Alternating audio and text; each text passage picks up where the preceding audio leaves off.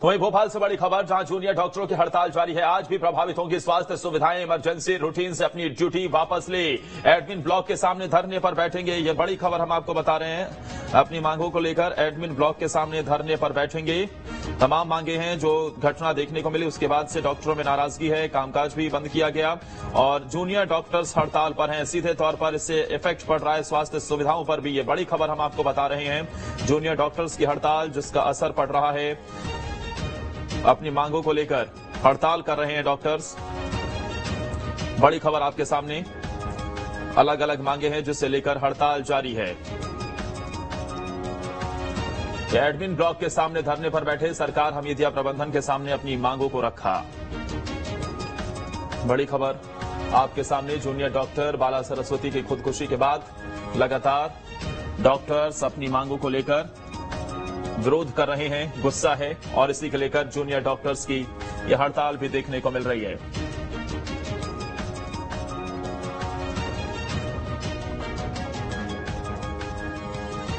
और इस बड़ी खबर पर ज्यादा जानकारी के साथ हमारी सहयोगी नीलम सीधा जुड़ गई हैं। नीलम, जिस तरीके से ये मांगे हैं डॉक्टर बाला सरस्वती की मौत के बाद से, खुदकुशी के बाद से लगातार ये विरोध जूनियर डॉक्टर्स की तरफ से देखा जा रहा है, क्या अब तक किसी भी प्रकार का कोई भरोसा, क्या जो इनकी मांगे हैं उस पर कोई संज्ञान लिया गया?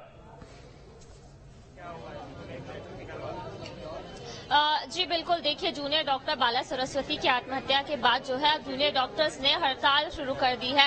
मंगलवार से इस हड़ताल को शुरू कर दिया गया था और आप देख सकते हैं कि जीएमसी कैंपस में जो है सभी डॉक्टर्स मौजूद हैं।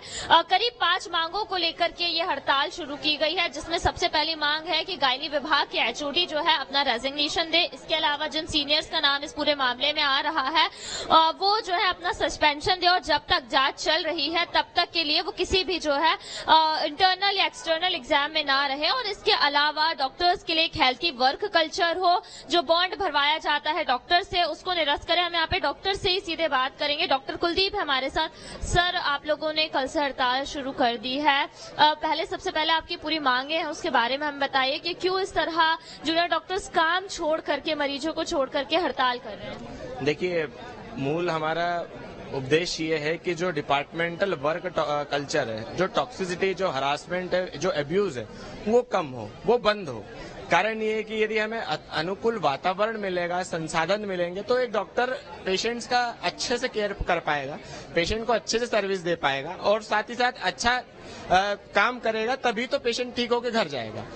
पिछले 6 माह पूर्व में जनवरी में भी ये सेम घटना घटी थी। एक रेजिडेंट डॉक्टर पीडियाट्रिक्स विभाग के डॉक्टर आकांक्षा ने भी अपनी आत्मलीला को समाप्त किया था एनेस्थीसिया का ओवरडोज लेकर।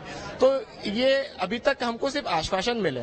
हम अब आश्वासन नहीं, हम चाहते कि उस पर एक कठोर निर्णय हो, क्योंकि आने वाले समय में कोई डॉक्टर सरस्वती मैडम या डॉक्टर आकांक्षा जैसा कोई डॉक्टर कदम न उठाए।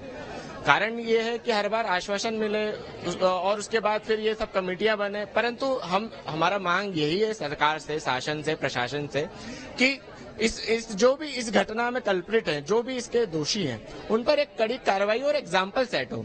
क्योंकि एक बार यदि हो जाएगा तो फिर हर कोई सोचेगा कि डॉक्टर भी इंसान है, जूनियर डॉक्टर भी इंसान है, वो 36 घंटे लगातार काम कर रहा है, अपनी ड्यूटी कर रहा है, उसको काम करने में कोई दिक्कत नहीं है। परंतु यदि काम का कल्चर, डिपार्टमेंट का एनवायरनमेंट अच्छा होगा तो अपने आप काम भी अच्छा होगा और जो स्वास्थ्य सुविधाओं में जो हम सिरमौर होने की बात करते हैं वो भी हम पहुंच पाएंगे।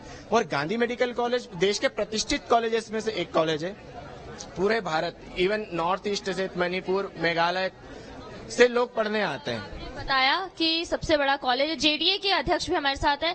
सर, जिन एचओडी और सीनियर्स पर आरोप लग रहे हैं काम का दबाव डालने के, साफ तौर पर मना कर रहे, कह रहे कि जूनियर डॉक्टर से इस तरह तो काम उन्हें करना पड़ेगा, बेवजह उन पर आरोप लगाया जा रहा है। इस पर जूनियर डॉक्टर एसोसिएशन का क्या कहना है? क्या वाकई जूनियर डॉक्टर्स को इस तरह परेशान किया जाता है कि उन्हें आत्महत्या जैसा कदम उठाना पड़ जाए? बेवजह आरोप तो कोई किसी पर नहीं लगाता है मैम।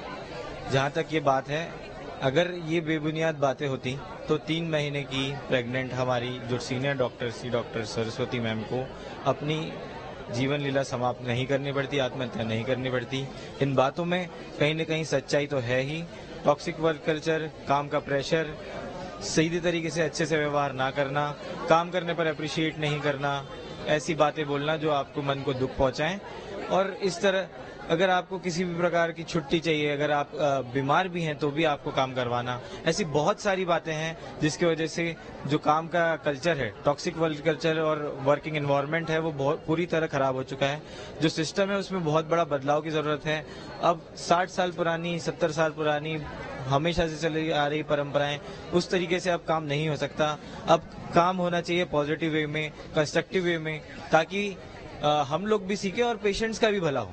सर, कल से आप लोगों ने जो है हड़ताल शुरू की है, क्या अब तक कॉलेज प्रबंधन की ओर से बातचीत की कोई पहल की गई है, कुछ आश्वासन दिया गया?